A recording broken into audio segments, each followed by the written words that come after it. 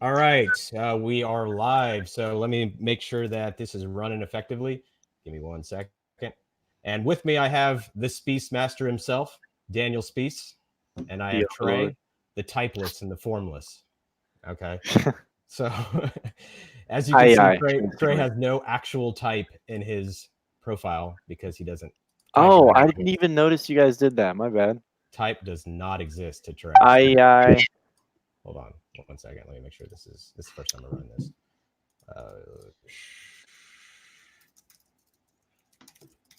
Okay. All right. Yep, we're good. It looks like we're running. Let me make sure I got everything good over here.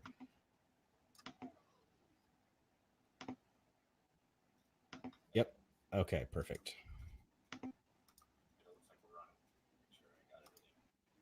All right. So Daniel's hair. Yeah. Can we talk about Daniel's hair for just a second?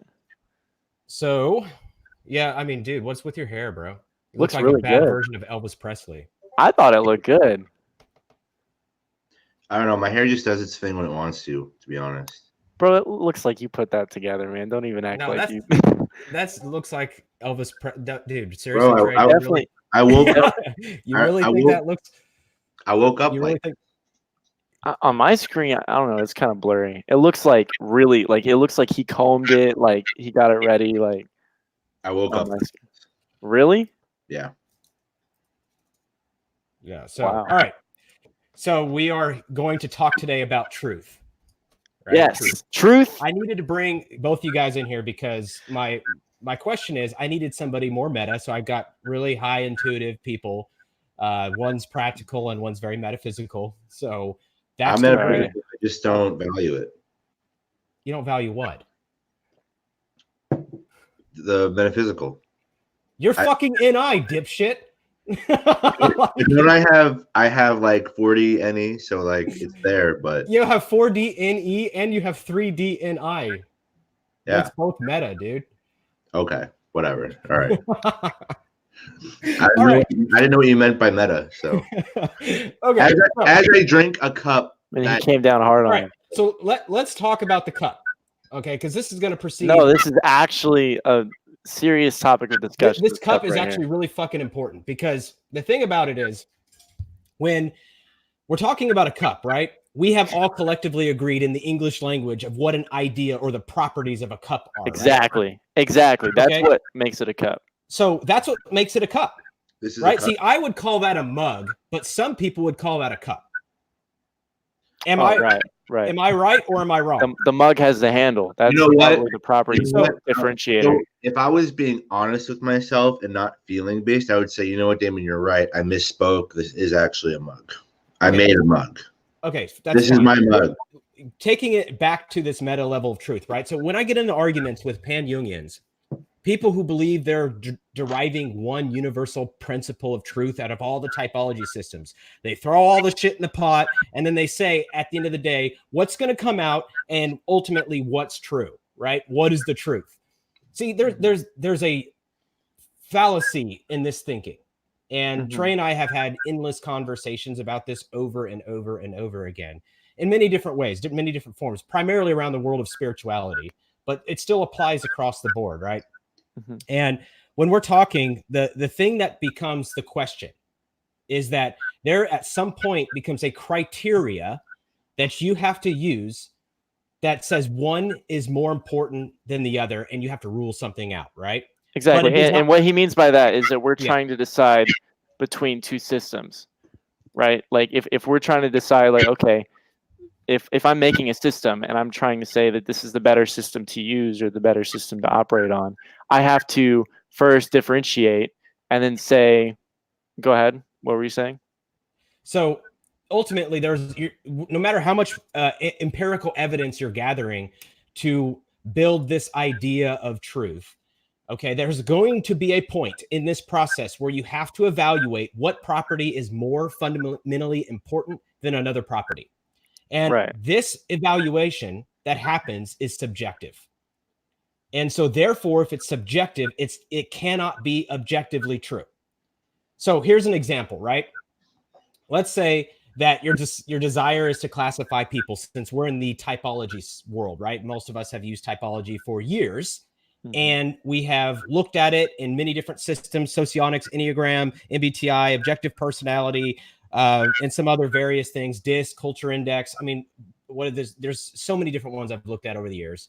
But we've looked at these particular things, and then we go, okay, which one's true? So there's different levels of truth, right? There's validity, which means, is it valid? Okay, and that's looking for consistency in results, right? There's validity. That's one aspect of truth. There's also internal consistency. Does it contradict itself? Okay. But when people are saying this word truth, and I put it in quotes, they're not looking for these aspects of truth. They're looking for what is some kind of empirical, absolute, universal truth. Right. That applies everything, and everything else is wrong. So when you watch different typology videos, people who are promoting any type of system, and they say it's wrong, that system's wrong. The question that needs to be asked is, well, what is wrong about it? Is it not internally consistent? Does it not have validity? Or what?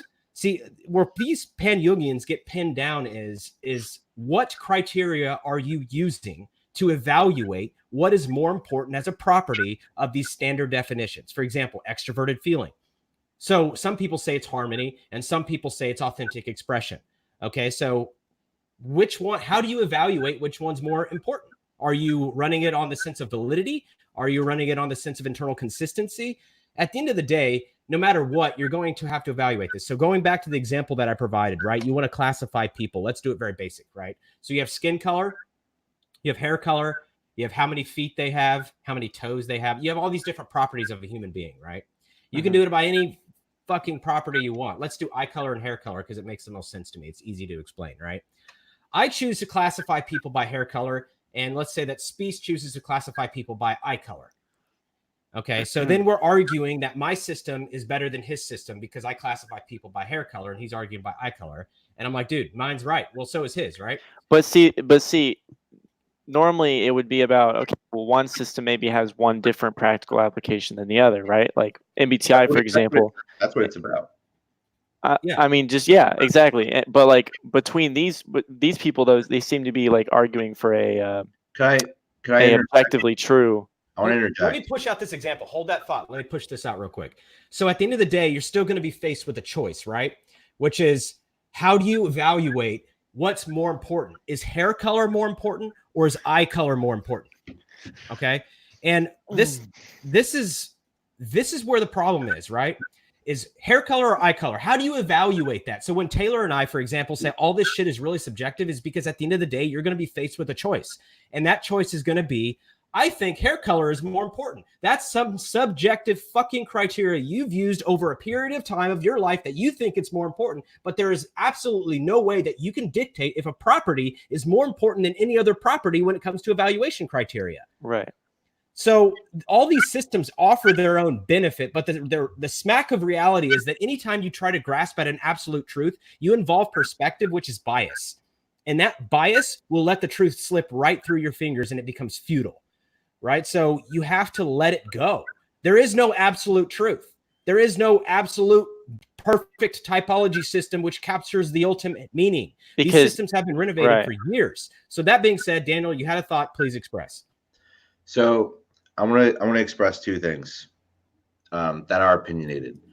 I think the first thing is that it really boils down to the majority of people not being able to fully embody like a theory, or like we'll just max this out to everything, right? Let's just say you have two options or three options, and you have a person that, you know, is trying to relate to one of the three options, right? The problem with what we're talking about right now is people are looking at these three options and going, I understand this, I don't really understand that as much or that as much, so I'm going to roll with this because this is what I understand. And so what you were talking about between the eyes and the hair, people are going, oh, well, I understand the eyes, and the hair is less important because I don't understand it as much, so therefore it's invalid. And the people who are going with the hair option are going, this totally makes sense, so I really don't get the eyes, right? Right. Good point. Yes, exactly. But that boils down to what I was saying, which is it's subjective. Yeah. Right. So these people are claiming they're getting to some objective truth, but they're using a subjective criteria. Anytime you place a criteria, you are ultimately, it's subjective.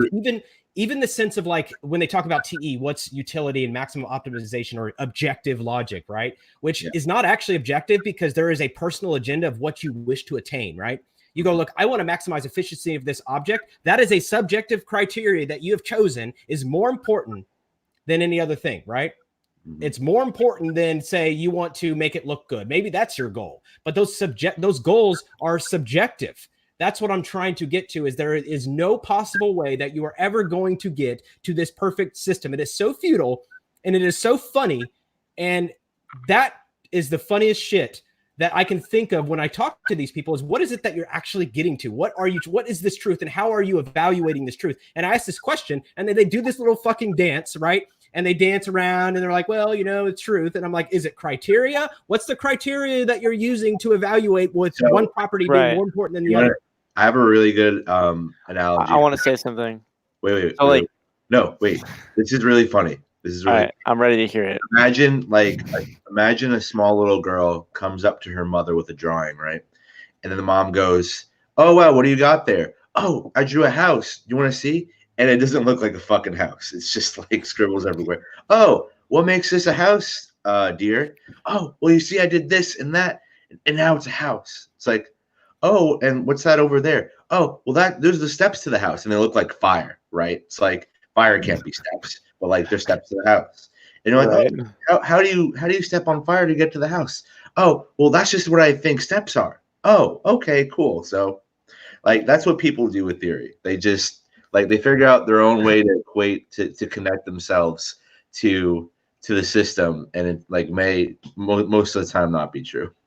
Well, right. Whoa. Let's take a step back. This might not be true thing again. Yeah. Right. Yeah. We have what this whole fucking thing sounds like to me is like one who is arguing whether the English language is better than the Spanish language. Yeah. Okay. Much. Because you'll find that Spanish has two verbs for the verb that we use is to be, right? Spanish has two verbs for that. The ser and estar, right? So you have these two different verbs that capture to be in English. Mm-hmm. So that's what I'm saying is like you ultimately can't say that one's better than the other unless you're like, well, I mean, English is more efficient because it has one word, but it actually loses meaning. But you know what? Really, when you do that. But Damon, you know what? The fact of the matter is people are bigoted. What are you going to do about it? You know what I mean? What? People are bigoted. What are you going to do about it? I am going to die fighting this fucking battle. Man, you don't understand. You're versing a big sample size. Okay, I'm not trying to fight every idiot on the planet. What I'm trying to do is push forward. I have my own biases, right? But at least I can validate why I think a system is better than another, right? So when you look at MBTI, it's not supported by any cognitive theory. It's just using dichotomy, which I find too vague, right? So you have extrovert or introvert. Well, it's sort of vague. Socionics has a lot more specificity to it, which gives it the ability to be more internally consistent. See, I can argue that with anybody and have a debate on it. But then when we can't classify what the fucking idea of this truth is. And then I ask, well, what criteria are you using to evaluate what is true? Is it internally consistent? Is it valid? Are you using that? Well, no, there's another aspect of truth. What is it?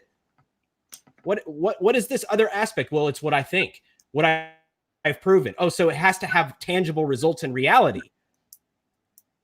So that's the thing. So, and answer your question, Trey's looking up like that because he's holy, right? He's looking up to God for answers. That's why he's looking up. No. Like that. My camera's right here. Yeah, he's looking up like that because he's using a big ass TV. Yeah.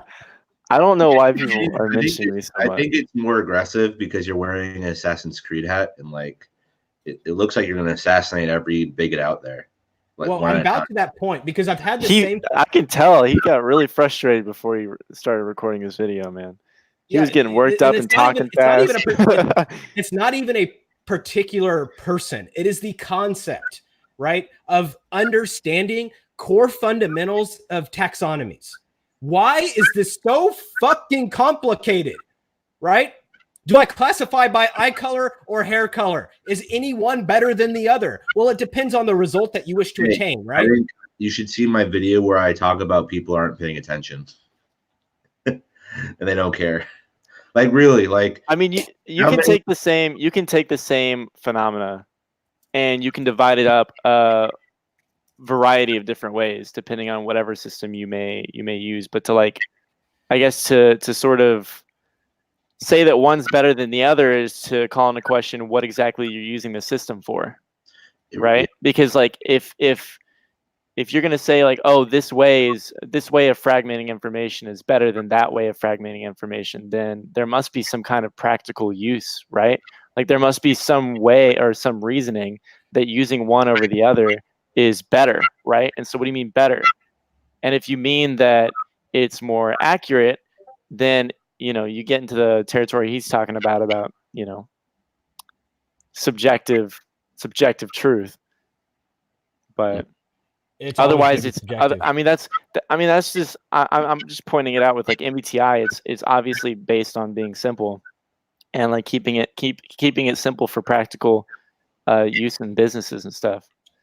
But then like it's always going to be Socionics, subjective. It just depends on what your personal goal is. Like I said to Trey earlier, if you're walking down a road and you're going to be faced at the end of the day is going left or going right better, you're going to have to use your own perspective to make that judgment call. And there's no sign that says right's better, left's better, right? So this goes back to what I call a group of classified people, and I classify these people as pan-unions, right? Pan-unions are people who believe they can just take pieces of every system and throw it into a big melting pot and call it America. Typology system, right? And they think that somehow they're going to reach the truth by doing this. Well, what the fuck is the truth? Like, what are we trying to really get to? And that's what I'm trying to say. It's okay to draw from each system if your truth is that you want to better understand yourself. Fine. I need to point out that most people are stupid. And I think you've pointed that out clearly earlier. But what I mean, so I want to expand on that though. You want to expand on it? You really feel the need to expand on people being stupid? All right, Daniel. Take the floor. Take the floor. In this context, right? I say people are stupid because they look for, like, think about it, okay? People look for symmetry everywhere. And so when people are trying to understand like systems, they're looking for the logical symmetry and parallels between them all, right? And they're looking to just check mark everything and not really think past, right? Like what they can understand. So you can't blame stupid people for not accepting asymmetry and like what they're perceiving, right? Like if I'm trying to read a theory and I'm just like, I can't understand it, and I'm just like, okay, there's a roadblock, I'm dumb, but I can understand these components, I'm good. And if you call bullshit, they're gonna go, okay, it was bullshit. You know, it's an unhealthy place to be, because then you start to infect other people with this like symmetric, like a need to validate everything that they understand, and it dilutes the bigger picture. And then it gets so diluted. You look at these Facebook communities where everything's diluted to like 2%, and you don't even want to be there. Well, that's the thing. That's the thing I'm talking about, because there's a few things I want to dispute here. Number one, I think the most important is there is no way that we can grasp absolute truth. It's not going to happen. Okay. The second thing is when it comes to typology, you can't distinguish it and it still be absolute. Like if you discriminate or you start to draw lines in the sense that you're like classifying something, like for example the use of like a cup, and we were talking about earlier with like the cup. If you name it a cup, I mean you're sort of creating a differentiation of the cup versus the rest of the world or the rest of the space around you. So I forgot where I was at. Sorry, I got really spacey. So what I'm trying to get at is, first off, you can't attain the truth. Second, you're never going to be able to get the truth. Okay. So the second thing is that mixing systems is fine. That's fine. There's nothing wrong with that, as long as you're not claiming it's the original taxonomy. Say, I'm okay with that. Just don't claim that you're talking about socionics when you've created your own stew of bullshit. See, want to try my stew? Socionics, that's your stew, right? You want to try my stew, bro? I don't know. I don't want to try your stew. See, that's the thing. Don't fucking shit in a pot and call it socionics. That's what I'm trying to tell you. Like, that's not socionics. That does not adhere to any of the models. If you want to call it, if it is model J or model G, I'm being triggered right now because all I want to do is belong. And if I can only understand 5% of this shit, then like that's what I want to do. Okay, but don't hate me, because I'm just trying to find people that are like me that want to socialize on the internet. Okay, like I just want to feel like I belong. Okay, hold. I have no idea what the fuck you're talking about. No, my point is, Were you being sarcastic? Yeah, I'm being totally sarcastic. You're right. I do make really bad stew. Yeah. I wouldn't even make stew. I'd probably set the house on fire before I could finish stew. So what set this off? What really ultimately set this off for me, like today specifically, is what happened? You didn't even speak about the event. I don't fucking care because I've had the same conversation like 20,000 times. I'm so this is a path that I have said over and over and over again. My patience has gone very thin with it because it's not that damn complicated, right? It's not. When you take a taxonomy, any taxonomy, and you take another taxonomy, there is a distinguishment and a difference between the two taxonomies. And I am making the claim right now that Carl Jung is not God. Okay? He's not. I'm sorry, Wait, hold on a second. You're saying Carl Jung is not God. Okay, hold on. Let's not use the actual because Carl Jung is actually an extension of God, but we're not going to get into this divine conversation, okay? Let's get into the practical what I mean by saying he's not God, okay? Carl Jung is just another man who came up with He's not a celestial being. Okay, I'm not going to go down that road. He's just another man. He's baiting you. I wasn't trying to bait him. I was just trying to make a joke. Yeah, you totally are. Okay, so full disclosure, let's not talk about baiting right now, okay, Daniel? Yeah, that's not a good thing to do. All right. Not in a group with 3 guys. Yeah. I mean, there's a lot of people, unless you like voyeurism, because a lot of people are watching you right now, Daniel. You can pull that cum rag back out that you put away before. Whoa! All right. So that being said, pivoting back is we're talking about Carl Jung, right? And so the pan-Jungian approach is that he has this fundamental truth, and he was right, and no one else is right. And anybody who tries to revise his idea, is the Antichrist. Oh my God, they're a heretic. And that this fucking overreaction to is just insane, right? It's just like, okay, he can be wrong. You do realize that his entire theory has been renovated, right? There was a need for Model A. There was a need for MBTI. There was a need for this shit at some point. And whoever designed these systems, right, the people that did, had their own intent. For example, Socionics was designed off the intent of understanding how people interact with each other. Okay, so whereas MBTI was built off the intent of understanding people inherently, understanding yourself, and then it actually transformed to improving workplace performance. Okay, and then they have basic communication modules, but they're not that advanced. And talking about intertype relations and MBTI is stupid. It's stupid because they're capturing different aspects. So using terms such as quadras, coins, rings, whatever, it needs to be applied to the proper taxonomy, because it wasn't designed for that. So when we're talking about taxonomies, you need to use the right terms. So there is no MBTI quadras. There isn't. That does not exist. Okay, so I'm so sorry that you people keep using this word quadra, but you are not correct in using this term because it is a specific term that is applied to the model of Socionics and has nothing to do with MBTI. Now, if you're using the term quadra, why is it? Explain why it is that it's a bad idea to try to use that sort of distinguishment within MBTI as a system. Okay, good question. I'll answer that in just a second. So the whole concept is that if you try to apply that term, right, quadra, and in Socionics, it applies to not only the rings inside the quadra and how each type actually influences each other.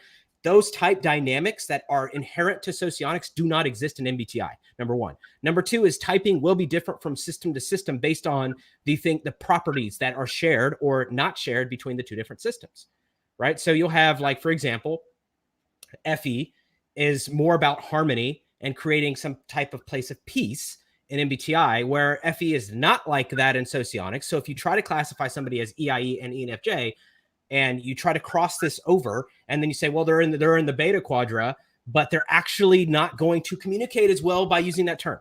Now, it's okay to use that term in the sense if you clarify, look, I'm just dividing this by quadra, which is fine because quadra is a universal term, right? It doesn't have to apply to Socionics. However, in the world of typology, if you're using the term quadra, people are going to automatically assume that you're talking about socionics theory, and it's important to clarify that distinguishment. My biggest pet peeve is when people don't clarify terms before they enter discussion, right? So it's like it irritates me so much that that's kind of what prompted this whole thing of this fire of how I fought this battle, is that terms need to be clarified.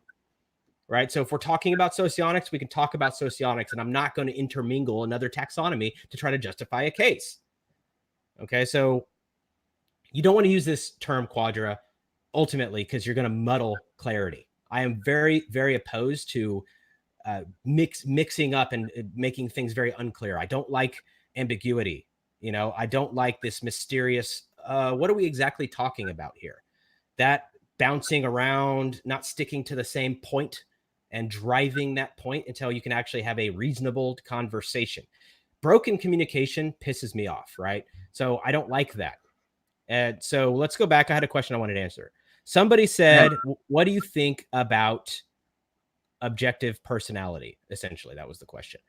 And I like objective personality because it serves its purpose, right? So the way that I kind of distinguish these typing systems is that you have Enneagram and objective personality. They share a lot in common, okay? Objective personality and Enneagram, actually, in my subjective criteria, my own subjective classification, is they share one thing in common, which is why you're fucked up and how you need to overcome it, okay? So that's what Enneagram does, and that's what objective personality does. And so those two things, they're in a group. And I like the perspective that Enneagram is very spiritual. It talks about egoic creation and how your ego forms and how ultimately you can break through your ego, recognizing those patterns. Objective personality talks about the psychology component, what kind of cognitive dissonance you might be creating between different components that you're experiencing and different interactions with reality, whereas Enneagram has more spiritual basis. So they're great, but I'm not going to mix them and call them Enneo objective personality. Like it's just two different systems that are alluding to different problems and different things. And there's some factors that are shared, right? Then you have other typing systems. Did you have something to say? Yeah, I just wanted to put in like a mental note for our viewers about Jung. Although I do respect the man, he did believe in astrology. So I don't know what to result in that. I may risk getting flagged for language. The bots are busy language. Flag me, you motherfuckers. Flag me. I don't care. Flag me. So the whole point is that... no, I'm over 21, so no worries. Yeah, so the point is that, we're all of age here. Shit. Like, all this censorship is a whole nother topic that's going to fucking push me over the edge, too. Whoa. Like the fucking muted society, right? Let's just mute everybody because everything's so fucking offensive. I say fuck and everybody's like, oh, my feelings. Like, Jesus, like, get over yourselves. Anyway, point is, when we go back to these things, then you have the other systems, right? So you have MBTI, you have Socionics that are all trying to allude to, well, Socionics is unique in itself because it actually alludes to how people interact with each other, which is the coolest part about it. Yeah. Where MBTI alludes to very basic personality typing and differences between. Can I say something? Yeah. It's like, this is how I see MBTI versus Socionics, right? People, so imagine you're digging for diamonds, right? People like opt in because they hear MBTI is all about like, they have all these diamonds that we want, right? So you have like the majority of the population digging for diamonds that they're never going to find because they're really looking for the practical application of like what MBTI can bring to their lives. So they're just saying functions. They're saying there's all this information that they can't really use because it doesn't describe how to use it, right? And then you have Socionics, right? Where that's where all of it is. So it's just like that's where all the diamonds are. That's man. That TI ignoring just went way through me, man. I was like trying to follow your story. All right. So my point is, people are just spending all their time in one theory that's not even like doing the one thing they wanted it to do, right? Okay, so this is why I'm glad I brought you on, Daniel, because you're like claiming that one is better than the other. No, but I'm not though. I'm just saying application. Some people like just to muddle around and bullshit, and they can do that, like subjective. But like for me personally, if I had known that Socionics was about like what it was about from the get go, I would have put my shovel down and threw it at Jung's face and just went over Socionics. I mean, well, you can't necessarily Jung without Jung, it would have never Socionics would have never come around. But that's true. I'm just saying, like, I'm looking for application, and like, there's a lot of people out there, and I think a lot of this could be avoided if there was just a billboard somewhere in front of somebody's face saying, "Hey, you're looking for diamonds. It's over here." I mean, honestly, this may be like, this is just a thought. I'm just gonna throw it out there, but I mean, you could say that a lot of these different classifications and like these different like systems or like ways of like dividing things up could also be divided up by like, I guess in a sense, what quadra they were created in. You know what I mean? Because I feel like alpha, like I feel like like Socionics is a very alpha system, right? Yeah. Wouldn't you agree?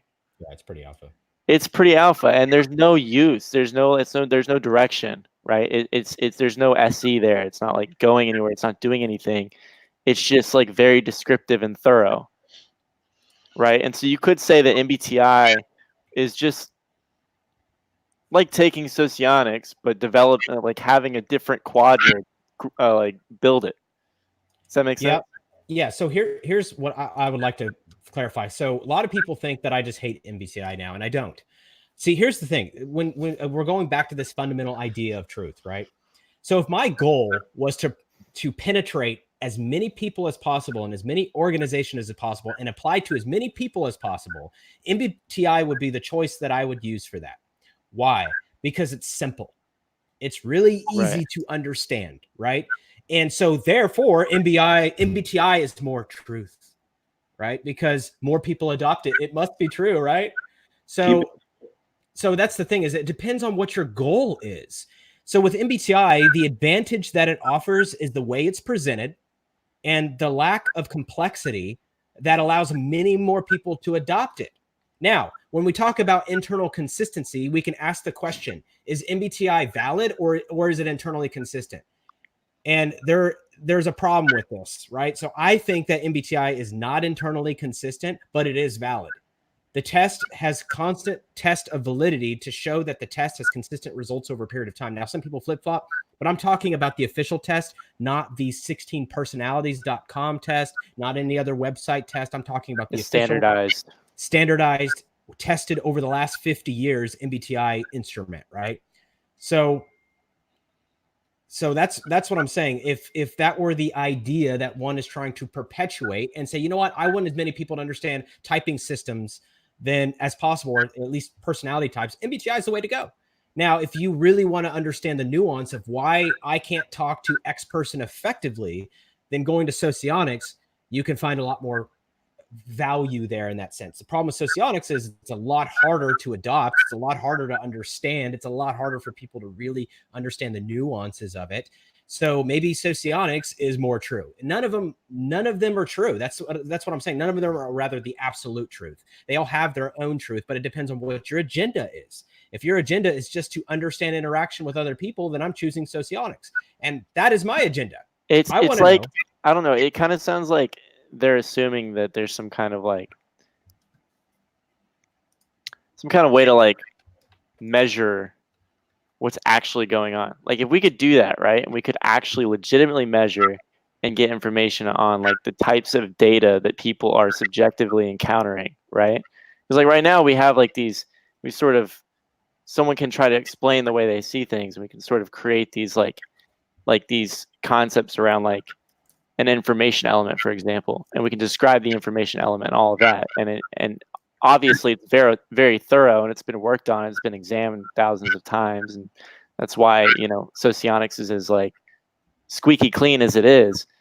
But I totally lost what I was going to say. Yeah, your mind goes, point bar. Oh, man. Side point is I recorded Trey going off about some deep theory a while back, and every time he was he was building up to the climax. He was just such a blue baller. And man, that sucks, doesn't it? I mean, dude, you always are building up to this ultimate fucking perspective, and I'm like, dude, I'm following, and then you're like, fuck, I lost it, and I'm like, yeah, you're isn't that the worst, man? That's just me on a bad day. Yeah, like. So, Swad Ahmed asked, "Is it possible to have an absolute true system?" That's my point. Oh, I remember what I was gonna say. Oh, man. We can't like actually measure it, right? If we could measure it, then we could start having that conversation, right? But at this point, it's just something that it's like the blind man example. You know the blind man example about like the elephant I'm talking about?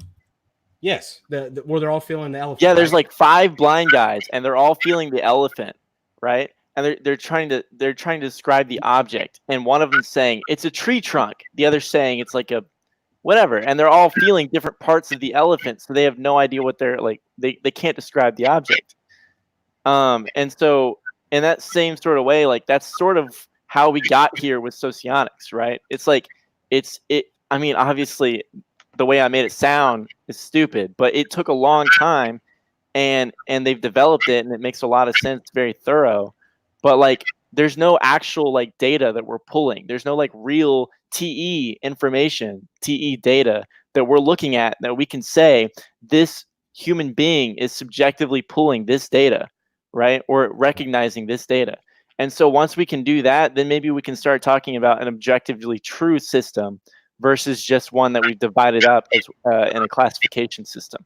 But wouldn't you say, Trey, that anytime you attempt to classify something, you leave out elements because of perspective? Yeah. Right. Well, yeah. Yeah. Because the thing that you gave me that was the most mind-blowing thing, and I'm going to rudimentary kind of cover it, is that you had helped me understand my understanding of the Tao Te Ching, right? You woke up and you were like, dude, oh my God. And you had this great realization, right? And then you explained to me, like, you're a puddle. Right. You're a puddle. And you were like hopping around like a fucking jackass. And, I was really excited about it. Yeah. And you were trying to explain how you were like jumping in a fucking puddle. And at first I thought you were just like on fucking you make crap. me sound like an idiot, bro. Well, that's how it appeared to me. But you were just like, I was like, what the fuck is wrong with this guy? And then you're like, dude, I'm a fucking puddle. You're like, I figured it out. I'm a puddle. And I'm just like, what the fuck is he talking about? Like, and so, and that's, I was like, okay. I'm waiting for the point. He can't get this fucking possibly excited about something that is completely nonsensical. Okay, so there's got to be something here. Please don't blue ball me this moment. Okay? Right. I want to apologize. I didn't realize your pronouns were puddle. Yeah. So he's and anyway. My pronouns are puddle. Yeah. So, I like that. I'll take it. So I'm thinking like, okay, what the fuck is he talking about? Like, and he went on trying to explain like him being in a puddle, and then he used some weird analogies I don't remember, but it finally hit me. Like it was like this moment where I actually got what he was saying, like almost instantaneously, and then it hit me that you have all of reality, right?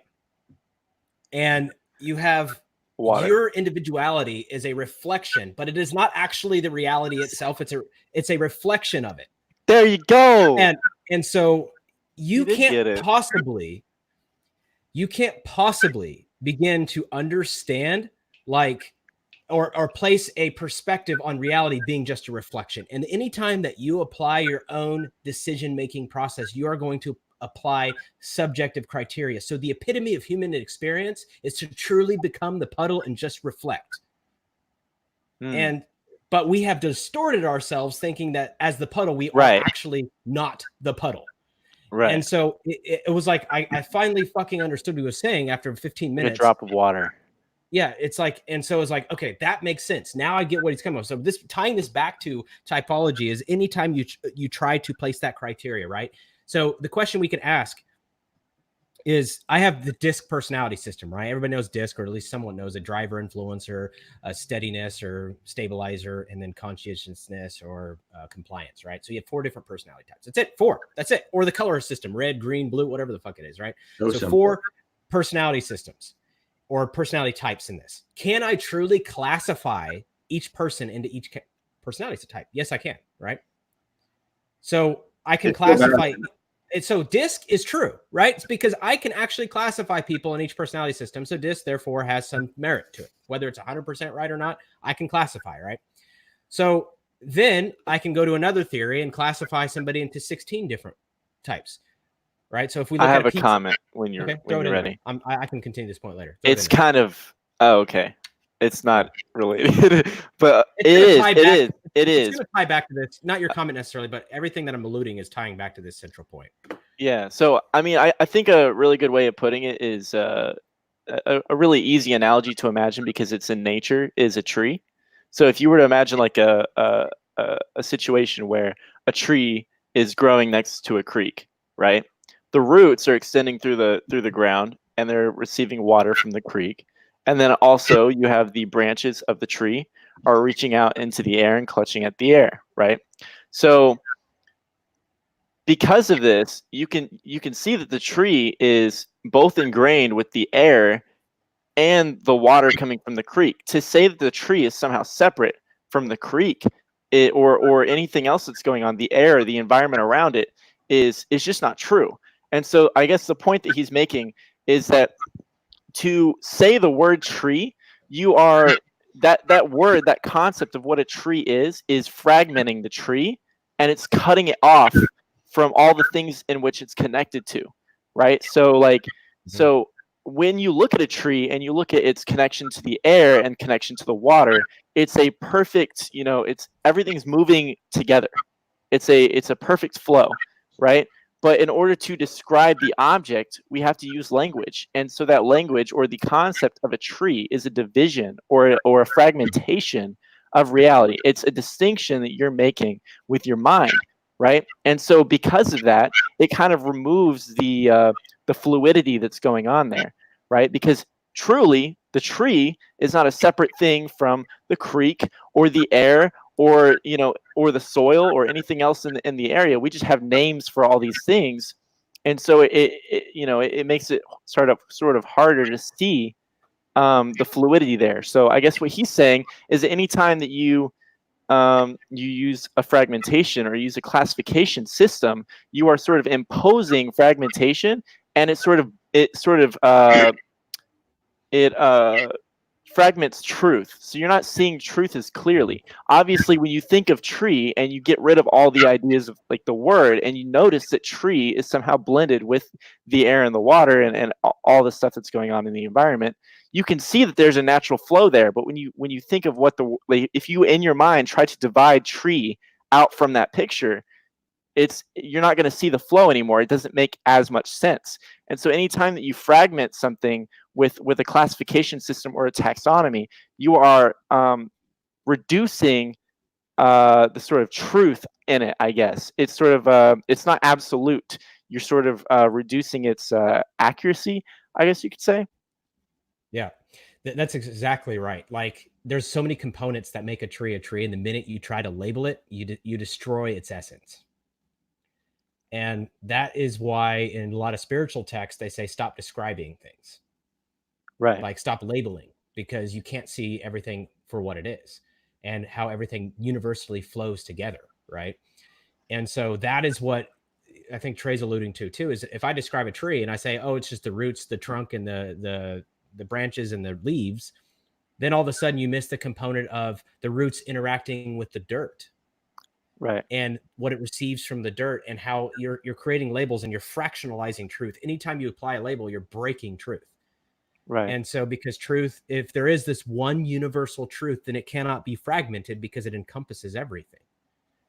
And so that's where we have to, at the end of the day, realize that when we say truth, what we're talking about is a subjective interpretation of what we believe is true. Right. And no matter what, especially in typology, it's all about belief. It's all about subjectivity. And Taylor and I have stressed this over and over and over again. It's all really fucking subjective. That's it. It's all subjective. And there's nothing you can do about it. Yeah, Daniel. Because fundamentally, you know, to piggyback off of what you're saying about letting objects be objects, right? People are designed to translate their reality, right? You can't let a shoe be a shoe. Like you have to subscribe it things to identify with it, right? And not to get esoteric, right? Because we can go down that rabbit hole about this, but you know, the point is, like, the moment people attach their ideologies to theory, right, is the moment they're changing it, like, for themselves. So it's always going to be a clusterfuck of what people perceive things to be. Right. You know, everyone's going to argue 10 different versions of a shoe, but if you just see that it's blue and it's got, like, you know, a string to tie the shoe, it's like, what else do you fucking need? Just let it be. Like, that's the function of the shoe. Like, let the shoe be a shoe, right? But no, we have a whole bunch of people who want the shoe to be different shades of blue, and, you know, may I have certain materials, or not understanding some materials over other materials of the shoe. It's like, you know, leave the shoe alone. Yeah, I think that's a decent expression. But I mean, this is a conversation that I've had so many times, and I have yet to see anyone actually define what objective criteria they are using to rule out factors. Well, they don't want to tell you because they know they're wrong. Well, they know it's subjective.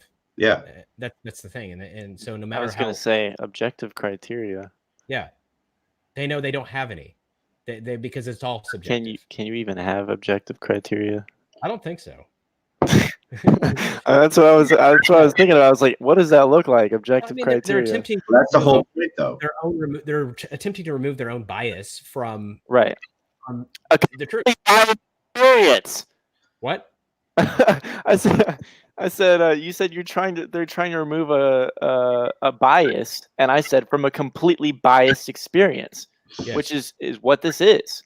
And I think you helped me allude to this earlier, but you're using perspective to describe non-perspective, and it's you can't do it. It's just like you just can't. And this is the problem with communication too. When we communicate, we're packaging meaning, right? But a lot of times that when people are communicating, they don't quite capture the meaning that they're wanting to capture. And then that particular message is encoded with that person's own meaning of such words. It's sent to the other person, which that other person has to decode that message with their own subjective criteria of what those words mean. And this is why communication breaks so frequently.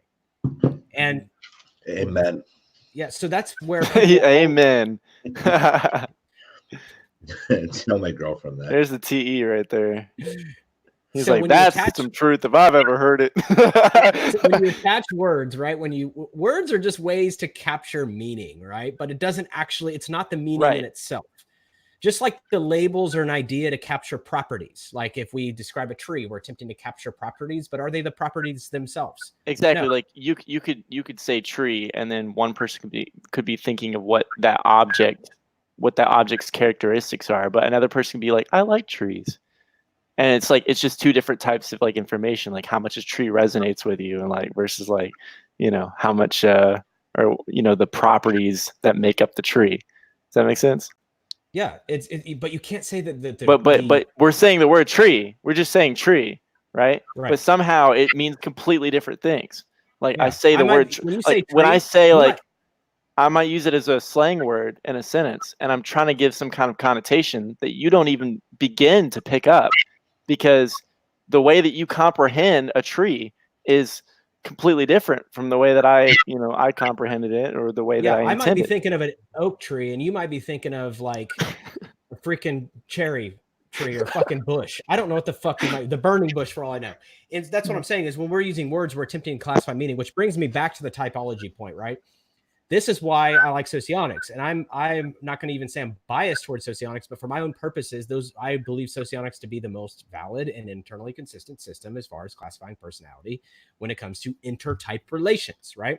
So Socionics, it is under the assumption that people in the same quadra will have easier communication because of the way they view and metabolize those particular perspectives. So the words that we use will be very similar, and the meanings that we attach to them will be very similar. And when you try to apply this to another particular system, what you're going to find, it's not about the metabolism of information anymore, but now it's about, oh, this is just my viewpoint on the world, and it doesn't work that way, right? Because it's not talking about meaning and metabolism of information anymore. It's talking about, am I introverted or am I extroverted? And it just loses its integrity. And so that's why you can't cross and just say, oh, this is a Socionics quadra. It's also an MBTI quadra. There are no quadras in MBTI. I mean, I've got to say, like, it is really impressive that, like, I know this is kind of random, but it is really impressive that a system like this exists for something that's happening in the air. You know what I mean? Like, it's not even like concrete. Like, what we're talking about is, it doesn't even exist anywhere. You know what I mean? Like, I can't even fucking look at it. You know? And it somehow has been classified in this fucking really intricate. I mean, we could go watch Ben Basterlin talk about this for like 4 hours. You know what I mean? It would be like a whole crusade. And like, that's, I mean, I don't know. It's just, yeah, I think it's impressive. It is. It's truly impressive, and it goes down to the core fundamentals of socionics. Is there's eight types of information, right? And well, there's really 4 types, and they're broken into different aspects of each type. I mean, you have logic, you have ethics, you have sensing, and then you have intuition, right? And these are the 4 types of information, and broken down into different aspects. But then it divides. Yeah.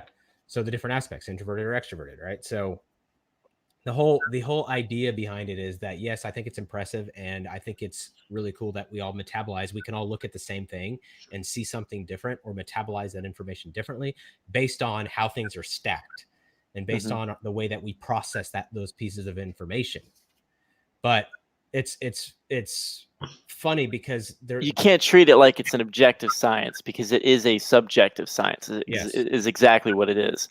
Right. It's a subjective. It's not even a science. It's a subjective series. It's a subjective theory. Right. Subjective interpretive theory. Yeah. I mean, the more that we keep describing it, the more that we're alluding to how subjective it really is. Right. Interpretive was just another way of saying subjective, but it was like extended on to your own interpretation. Lacking. I just wanted to emphasize it was subjective, so I put interpretive afterwards. So they really get the point. It really drives home. Yes, exactly. It's super subjective. So when I challenge people watching this video, when someone says I'm trying to get to the truth, to ask these people, what is your criteria for evaluating what is true and not true? See, I think that if you wanted to really know what the truth was, you should just watch the interactions happening in front of you. That's the closest to truth you're going to get. Valid. You know, honestly. Yep. So that's the thing. And Benjamin, you can talk about quadrants in any system as long as they're using cognitive functions. No, you cannot. And we have just discussed this for 50 minutes. You can use any term that you want because it's not illegal to say quadrants, but you're not referring to the same thing. You can't outlaw it yet. We'll figure it out though, Benjamin. You cannot, because quadrants is capturing an entirely different meaning in socionics than it is in any other system. Okay, because socionics is based on a foundational principle of intertype relations. So when you say using cognitive functions, the socionics model has this term, and it's actually in Russian, and it doesn't even say cognitive functions, first off. And second off, socionics doesn't say the cognitive functions are your base or leading, your creative, your role, your vulnerable, right? You're suggestive, you're mobilizing, you're ignoring, and you're demonstrative. Those are your functions, your cognitive functions in socionics. It's not TE, it's not FE, it's not whatever, SI, SE, it's not any of those. So no, so quadrants is a very specific socionics term. It's like saying a cop can arrest anybody in any environment as long as they're using common sense. So if we take this up a level, right, and we say, what is a cognitive function? Well, a cognitive function is specifically in MBTI or classical Jung is a psychological perspective, right? Whereas in socionics, it's actually the metabolism itself versus any type of particular perspective.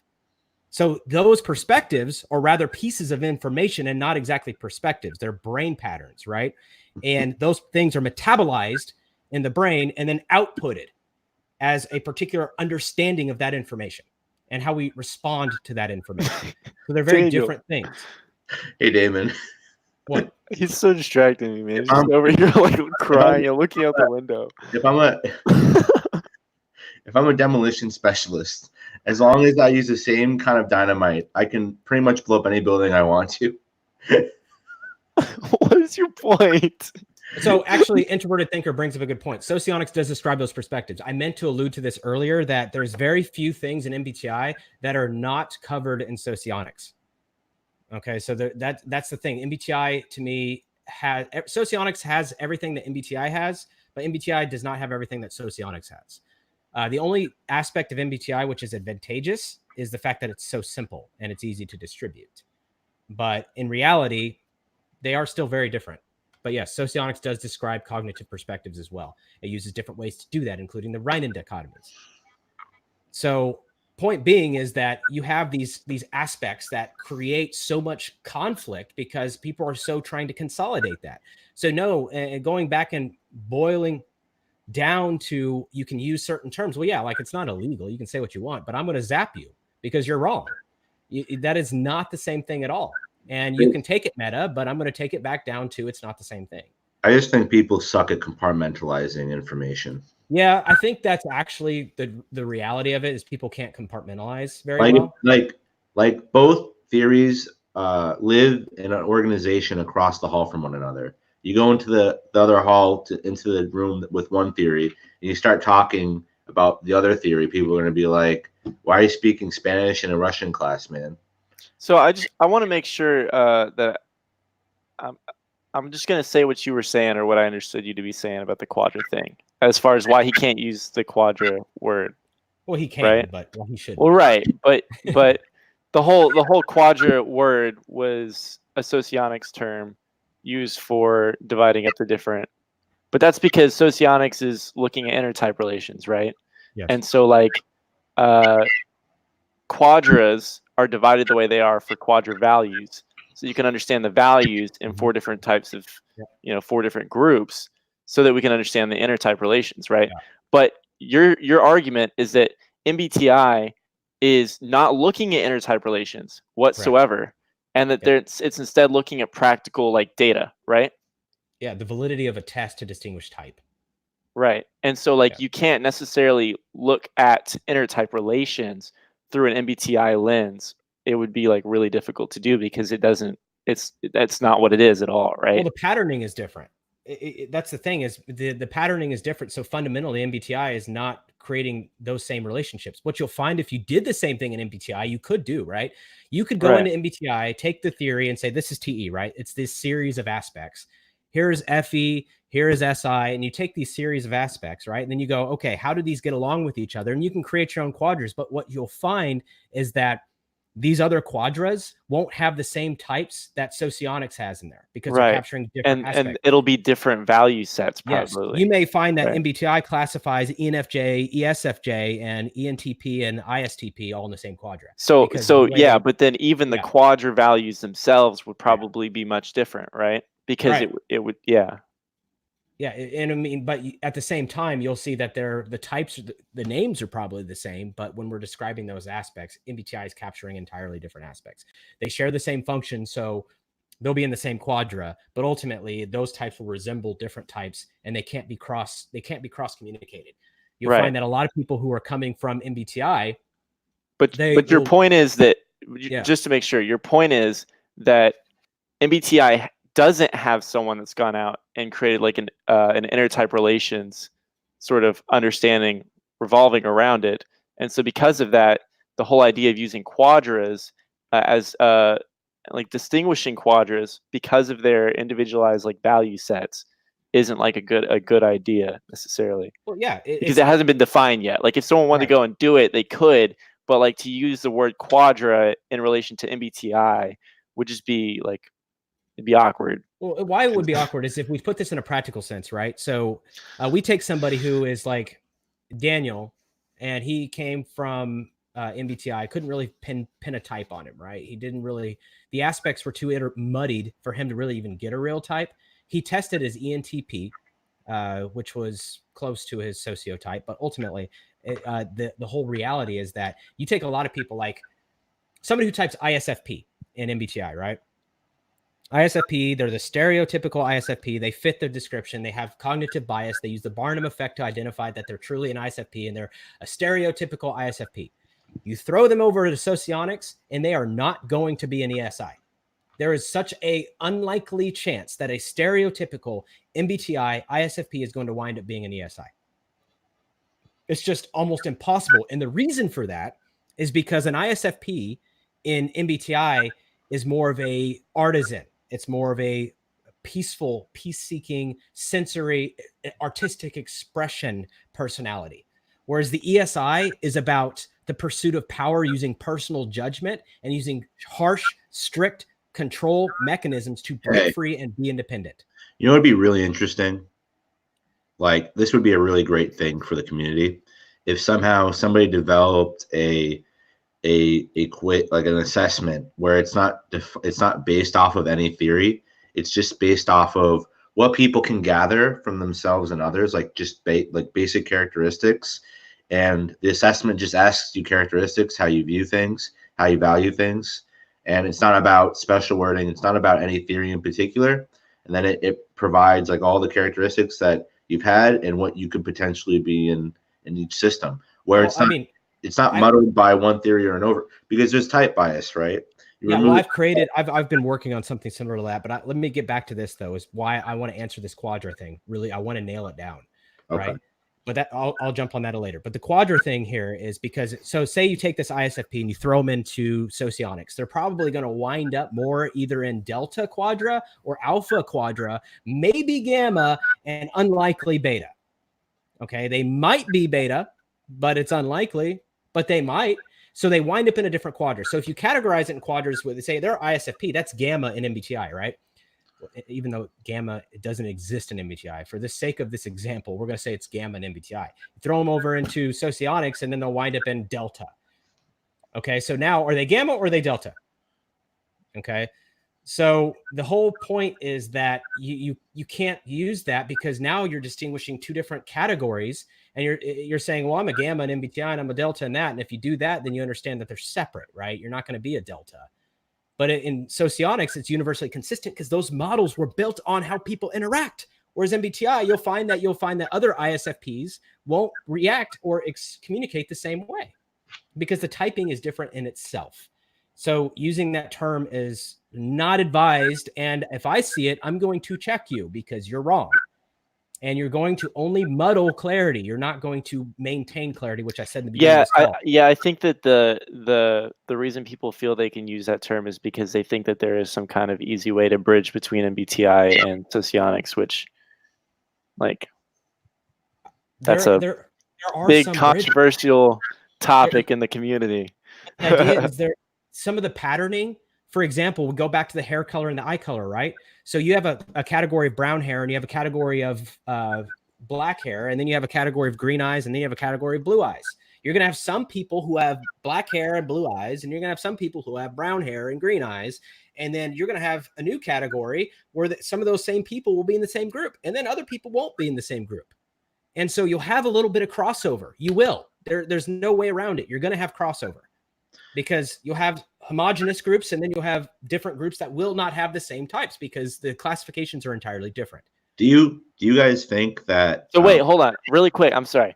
So what you're saying is basically because these systems are having overlap in the sense that people are getting the same types out of the two differentiated systems, you're saying that that's sort of the grounding that people are using to try to state that they are transferable. Is that what you're saying? That's exactly right. So if I label people with black hair and green eyes, I'm going to call it group A, and I label people with brown hair and green eyes group B and system A. Then I take a new system and create system B, and then I'm going to find that my new categories are, instead of black hair and green eyes, I'm going to now make it brown hair and blue eyes, or black hair and green eyes. That guy can't be in 16 different groups. It's going to be in a different group. So basically, like we were talking about earlier, like the way we've decided to like discriminate or like draw lines around like these perception functions or like whatever they, for example, like information elements, the way that we've sort of tried to divide this information up between like MBTI and Socionics, you're saying that because they're divided up differently, they're their own systems, and because they're divided up differently, there will be scenarios in which this type may also be this type in here, but it's going to be rare. It's going to be like very little overlap, and that's the grounding that people are using to say that, like, look, oh no, I'm both, I'm the same type in both systems. That means that they're transferable. That means that they're the same, basically, when really they're just like barely overlapping in some scenarios. That's what you're saying, right? Yes. With my hands all up here like this. Well, you're right. Exactly. You'll see that some overlap pretty smooth, but like the ESI is a great example, or even the SEE is a great example. Okay, because Gamma Quadrant and Socionics is all about not the pursuit of power for power's sake, but it's the pursuit of power for independence, right? And so in MBTI, the ESFP is a performer, is an artist, is a party animal, is a person who just enjoys in the moment and isn't really seeking the acquisition of power. They may have an independent streak, but they're not seeking the So you take Julius Caesar, for example, who is an SEE. Okay. So Daniel, you're familiar with what an MBTI ESFP is, right? Yeah. All right. Do you think Julius Caesar, one of the greatest conquerors of all time, with exception of few, is an ESFP in MBTI? I don't believe that makes sense. It doesn't. He is not. In MBTI, most consensus of MBTI, he's ENTJ. Okay.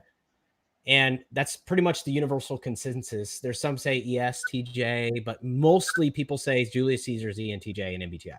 Why? Because Caesar had this thirst for power, right? But he wanted to be free of a lot of the bullshit, and he wanted to renovate the entire system because he hated it. He hated the fucking structure, right? He hated the republic. He did not like these aspects, which is very gamma. Julius Caesar had very gamma quadra values, right? So what's your point? My point is that you can't put him as ESFP in MBTI, right? He's not an ESFP. He's an SEE. In MBTI, he's an ENTJ. So here's a failure of crossover, right? Mm-hmm. Is because he does not cross over from ESFP or ENTJ into LIE. He's not an LIE. LIEs are also in Gamma Quadra, but they have different motivations. Right. So he would move from ENTJ to SEE. So he was a gamma to gamma transfer, right? He was ESFP. Right. That was a smooth gamma to gamma, but he didn't translate in type. And this is why it's so dangerous to use the terms interchangeably. Like, it's so dangerous to just be like, oh yeah, I'm ENTJ. I'm just gonna like. That's why some people will ask. The people who know will ask, well, okay, but you mean like LIE or do you mean like MBTI? And it's because it's important to differentiate because it doesn't always cross over. It's not perfect. So yeah. Well, it's about the clarity of terms, right? Making sure that the terms are clear before you get into a discussion. Are we talking about socionics theory here, or are we talking about MBTI? Because if I'm talking about MBTI, I'm going to use Julius Caesar as an example of an ENTJ. And most people see that as indistinguishable. Like they see it as unanimous or the same or whatever. I mean, the better example is ESI. ESI is a really good example. You're going to find a lot of breakage there because it doesn't translate. ISFP does not. What do you mean? ISFP and MBTI doesn't translate to ESI. It's just not the same. You'll find that there are very little to minimal crossover in moving somebody from who's an ISFP and MBTI over to ESI in Socionics. You're just not going to see a lot of crossover there.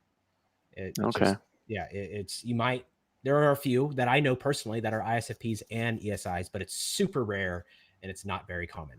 So what are we nailing at here? Are we nailing at the quadra thing, or are we nailing at like the both? The quadra thing is alluding to why they're different, It's alluding to why there's not a single idea of truth, because they truly are an ISFP and MBTI, and they are not an ESI and Socionics, and that can be universally true, right? That can be true with both ways. Right. It doesn't overlap there. Right. Yeah. So there, yeah, that one does not translate. Some other breakage happens is the ESE, right? The ESE and ESFJ are very different, right? You'll have some similarities like the harmony in this aspect, but the ESE in Socionics has fourth dimensional SE. They have the ability to influence with force when peace is being threatened, right? So whereas in ESFJs in MBTI are known to avoid conflict and not want to do that and feel that they do not have the capability to do that. They are looked down on and in many cases stereotyped as weak, whereas ESFJs, on the contrary, or ESEs in Socionics, tend to be people who are very capable of influence and being able to make it. Here's another thing too that people miss, right? And we've kind of covered this, right? And Damon, in your own words, how do you think MBTI? What do you think the context of this descriptions are mostly based from? Are they based from, like, they're based off of describing functioning, right? The contexts are based on the dichotomies, right? Okay. So you take someone who's extroverted, intuitive, thinking, and judging, and then you can kind of create a profile based on that, right? So you create a profile of a lot of loose terms, right? And it makes sense that there can even be, like, for me, for example, there was a lot of overlay with different types that I could be, right? Because, like, again, not to, like, not to compare MBTI to like a horoscope, but in the same sense, I don't think it has enough context, or it doesn't go into it enough for me, right? But when I looked at Socionics, right, because it's describing people in a different way, right, in a way that people can actually visualize themselves as, right? I think that makes all the difference. So here's an example. The reason why I dismissed Socionics originally, right, was because I looked up LIE and it did not fit with me. And so I originally had thought that it would cross over 100% and they were alluding to the same thing. And I looked at LIE and like, this does not make any sense. So I originally said Socionics sucks, and then I moved away from it. And it wasn't until Jack actually and I had a conversation where he helps me understand that they are not the same thing. And he just said they're just different taxonomies, essentially. They're different ways of describing different things. And and also I have a question for you. I don't know if you saw my comments, but do you think that a resolution within, like, subscribing more subtypes within these theories would further distinguish the two different the differences, or the distinct differences between theory? Okay, you gotta give me a specific example. Right. So like you could see MBTI and Socionics as two different kinds of sports that are like basketball and tennis, right? Two different kinds of everything, right? But when people get into that system, it's like, you don't have a lot of, for a lot of people, it takes some time to kind of self-realize. Like, when I think about Enneagram, it's cool because there are subtypes, right? Like, you can get to, like, the very, very kind of like ground level awareness that, like, there are types that you're just going to resonate with. Like, you can find yourself in a pocket of maybe one or two subtypes of, like, Enneagram, right? Because there's a lot going on there, right, in terms of combinations. Do you think that, like, getting more detailed with type, like, do you think it helps, or do you think it takes away from the issue that people have in filtering theories from one another, right? Okay, so give me a specific example. Like, for example, like, if like in Enneagram there's tri-type, right? And there's instinctual variance, right? It gets very fucking specific, right? Socionics barely touches upon and it's not even like a legit thing where there's like a subtype for a Socionics type. With MBTI, it's non-existent, right? So MBTI, there's no subtype. With Socionics, there's like some introductory of like maybe another possible subtype, right? And then when you get into Enneagram, it's just, there's a whole separate theory that Catherine Farrer made and whatever. And I think that's a great stride forward because. Okay. So let me make sure I understand what you're saying. What you're saying is, like, for example, you would have an ENTJ that has a subtype of that would like mesh over into if they I have have a this, comment on this huh? when you're ready. If they have, I'm trying to understand what he's saying. I'm still Yeah. have not got a specific example. But so I think of what he's saying is like, as like if I were to talk about, like, for example, like for us, we have a taxonomy for the human body, right? And we have our like Yeah. our organs and our digestive system or whatever. And so like the way that it sounds like is he's talking about like being able to account for more individuality and like how our organs differentiate. Correct. Does that make sense? Did Right. you get that? Yeah. Because I think, because here's the thing. I'm like gamma and beta communicator, right? I think it was. Funneler. I think personally, it was way easier for me to hone in on like an Enneagram and a tri-type than it was for figuring out MBTI or Socionics, just because there are the options of getting more individual ground level details of types. So what you're basically like having an issue with, I guess, is that Socionics is trying to be it's TI valuing. So like, I mean, basically they're trying to narrow things down, right? Whereas like what we could do is we could take each case by case example. Like I could break you down and I could break me down, and we could like let's say we were both IEI, right? Okay. Or I was LIE or whatever. Well, we're two different people. We don't completely recognize information the same way. There are still things further than Socionics that differentiate the way that we're breaking things up, right? So we could, sort of try to break down a science between you and me. Okay, we're both LIEs here, let's try to figure out the science of how we differentiate, right? So you could do that, but then you're sort of it's more about like recognizing an individual versus like having a system that works for everybody. Does that make sense? Because it's more generalized, so it incorporates for everybody. And my point is that your very response is either proving or disproving Enneagram's validity, right? Like in that sense, like is Enneagram working then in that situation? Oh no, it's not that it's not working. It's just that it's like we are people, right? Right. So like we have like all kinds of variables that have to be accounted for, like brain chemistry and all kinds of crazy stuff like background and stuff like that. And so like for example, maybe you and I have an intuitive idea and we're about to both set on this idea. It's the same idea, but I've had an experience that causes me to sort of look at this a different way. So, or like here's what I want to say into this, because Socionics, when you have two people of the same type, in theory, they're not going to have difficulties with communication because it's about intertype relations, right? So communication is not going to be forced. It's not going to be difficult because you'll have two LIEs, for example, both speaking in the metabolism of NI or TE and NI, right? So they'll both be exchanging pieces of information which they can both communicate well and receive well. Okay, so you're not going to have difficulties in communication. But the difference is that you might have these people have different behaviors, different attitudes, a different set of values, right? So that is a whole different thing.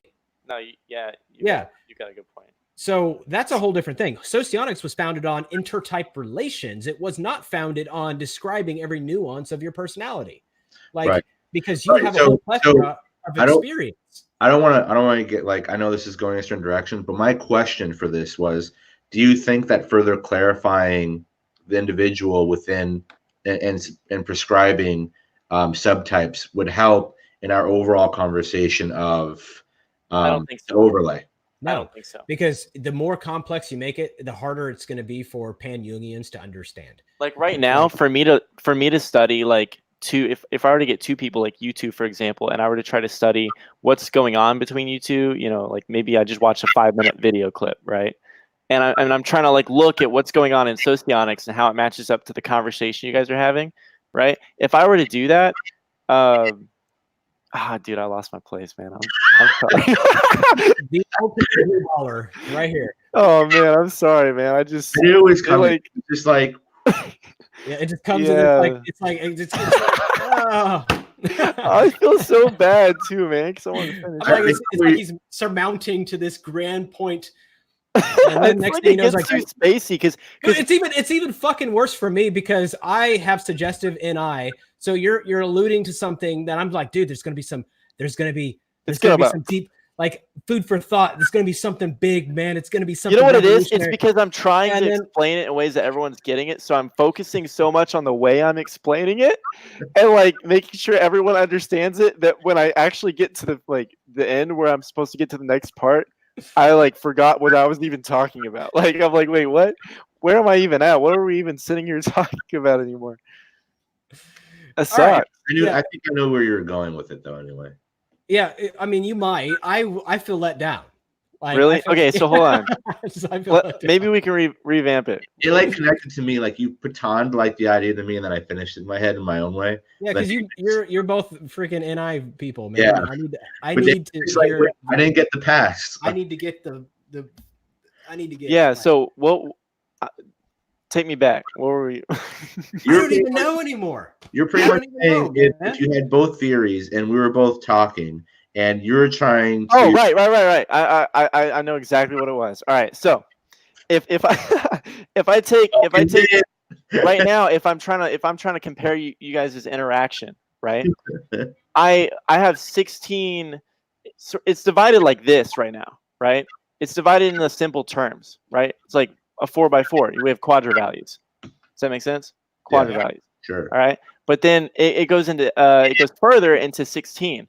You're basically saying, okay, but why don't we make it go into 32 or 64, right? So if we did 64 types instead of 16 to actually be able to break down what's going on in socionics and how your interactions are going on, if you're like, if you're an LIE type,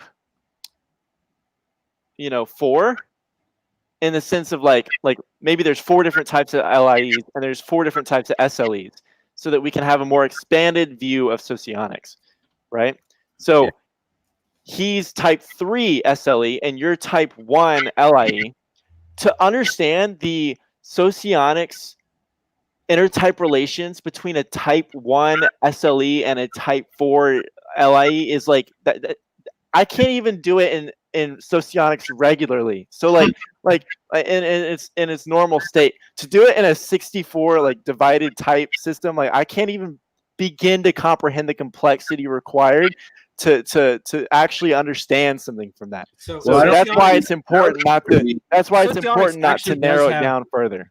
Socionics does have subtypes, and it does have 2 main systems. There's the DCNH, which is coined by Victor Galenko, and then it also has just standard like function emphasis, right? So you could be like SETI subtype, or you could be IEI NI subtype or IEI FE subtype. Right. So there's subtyping, but those have less merit than just the overall theory. The whole point of it is just to understand human interaction and how people communicate. And that's it. That's the whole point. And when you get to socionics, that's really what it is. Problem is we're taking socionics and trying to understand the nuance of ourselves. And there's an extent where you can, but it's not really the best way of using it. It's enough to where you know how to communicate effectively with other people and why they may not be receiving. And you know what? I think this goes back to what you guys were saying and how these theories are structured and what's valued in making them and what the purpose of these theories are, right? Because if I'm thinking in terms of, man, I just want these theories to be more efficient and like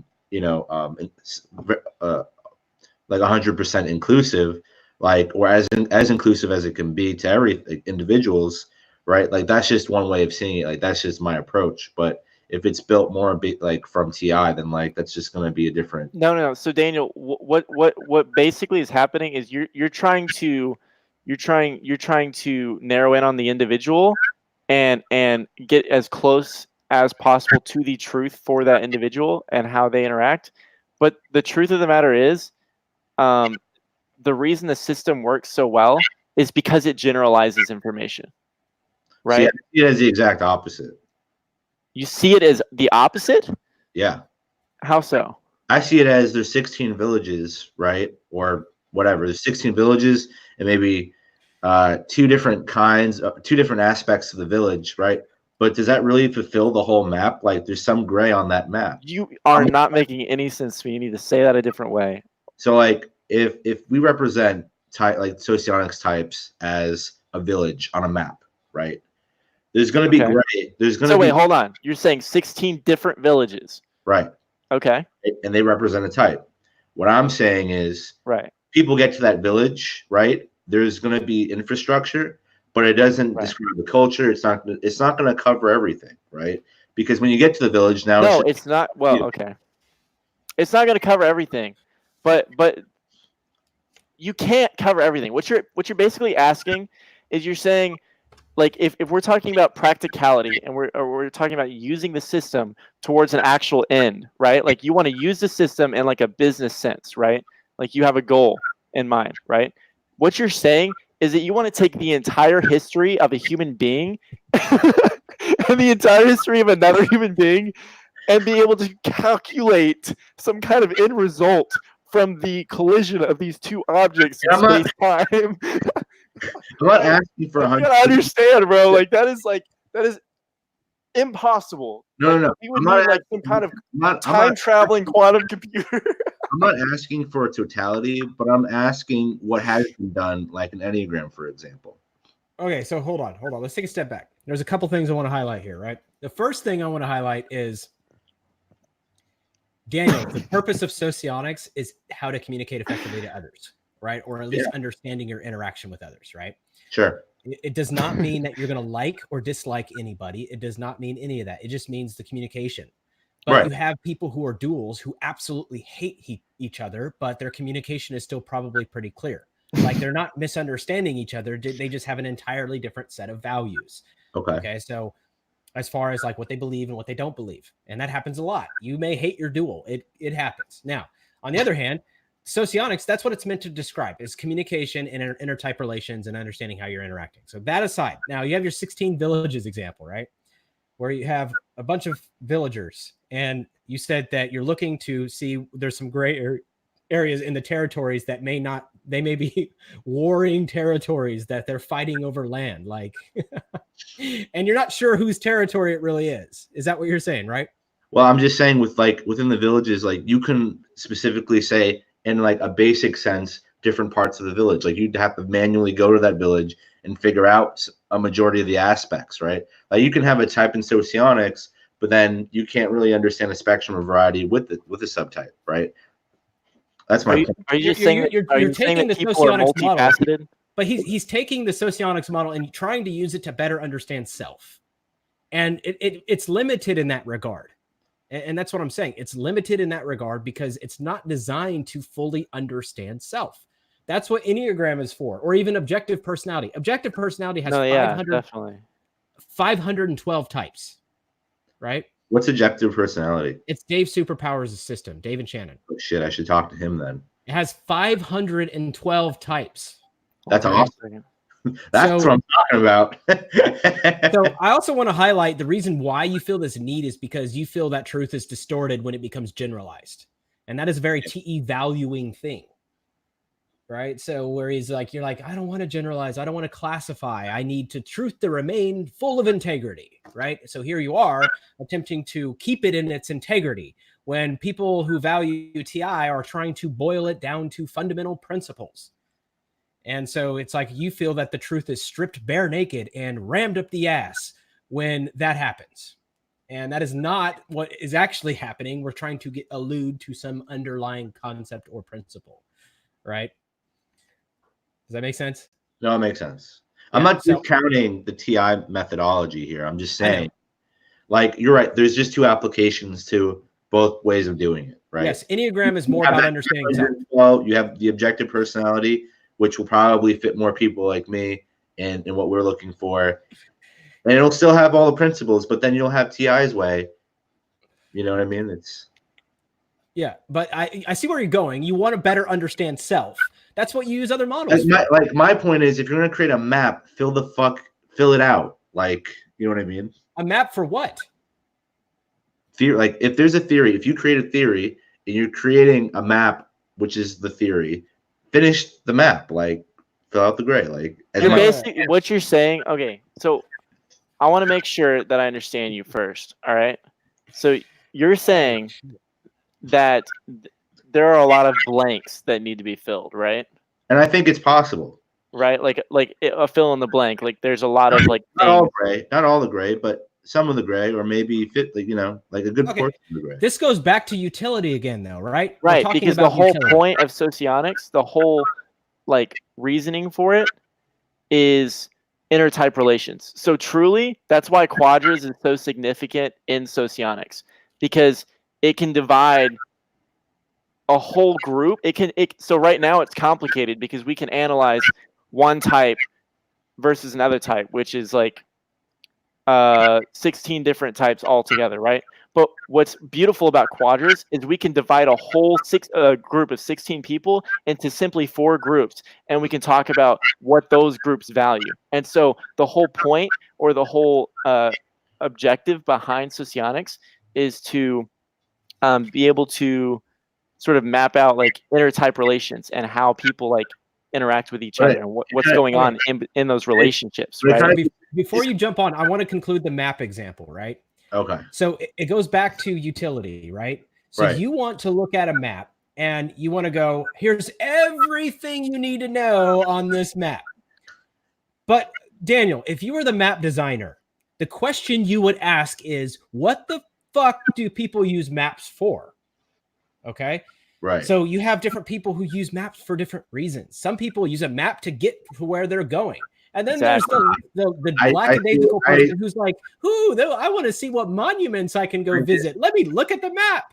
Some guy just wants some coffee. Some guy just wants to know where the coffee station is. Yeah. But if you put it may not necessarily be like one map. It could be like several different maps that are designed to do different things, right? Yeah. So some maps have contours in them, and that's good for orienteering, right? Yeah. But you don't need contours on a regular map to tell you how to get somewhere, right? Right. So imagine adding every single element and aspect of reality onto one map. Sounds godlike, to be honest. What would it look like? Say it again. No. Really think about this. Say that again. Say that again. He said it was God. Okay, me or Daniel.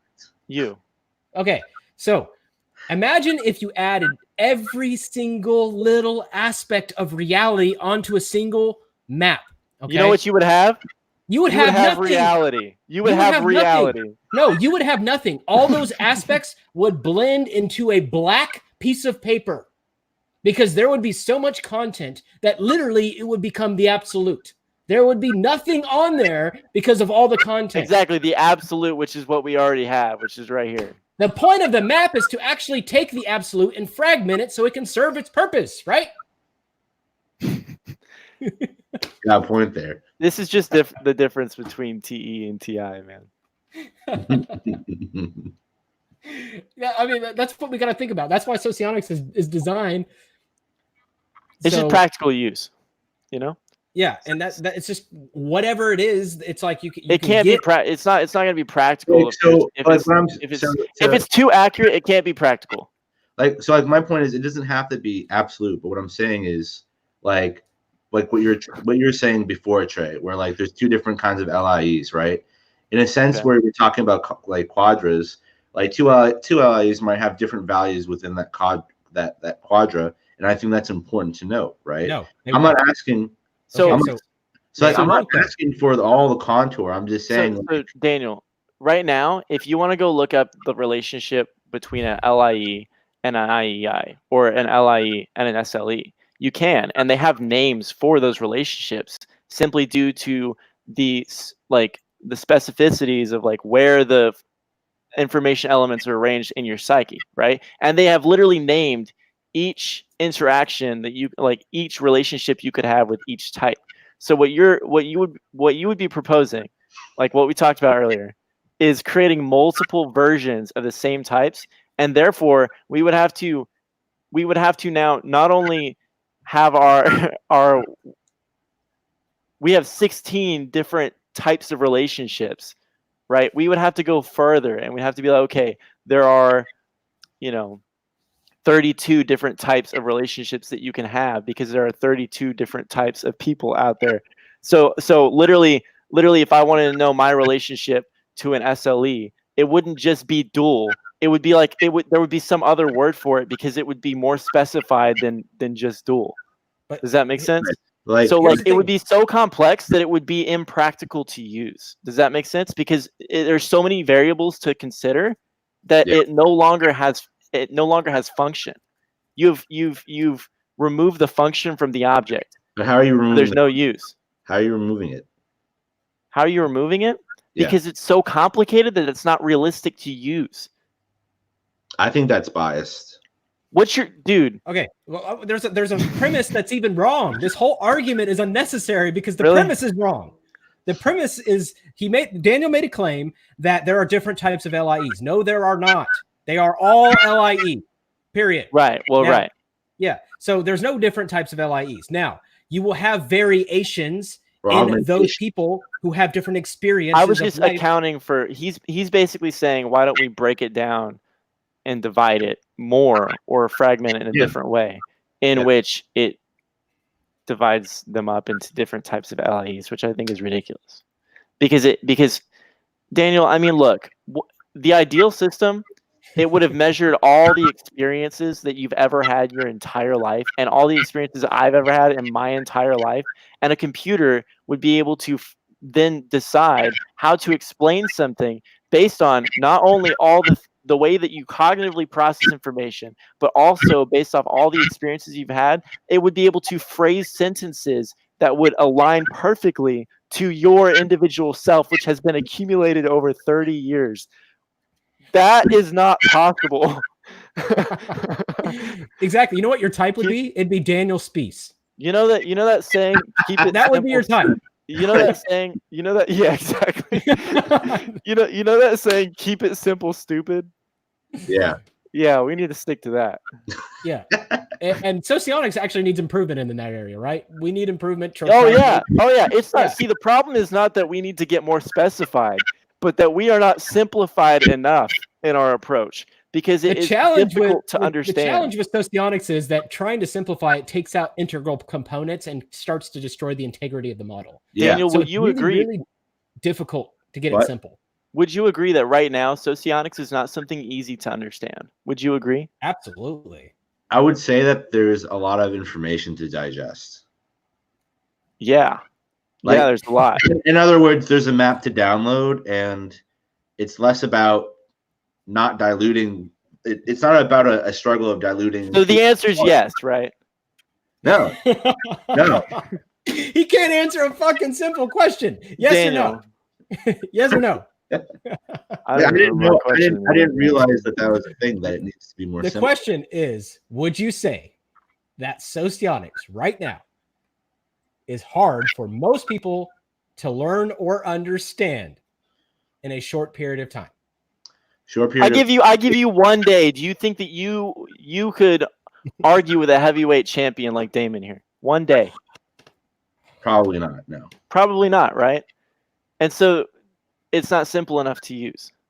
It's not. I mean, it could be simpler. Is the point? Like right. There could be a watered down version. Like I really had to exaggerate for you to get to agree with me. I really should not have needed to exaggerate that much. It is not an easy thing to understand. There are people having all kinds of debates right now as we speak that don't even know that we're having this conversation about Socionics and the intricacies of its understanding. Right. All right. So they don't even understand it fully. Exactly. And there's lots of argumentation as to what's the correct perspective on it. So the point is, it's a great system, and we know that.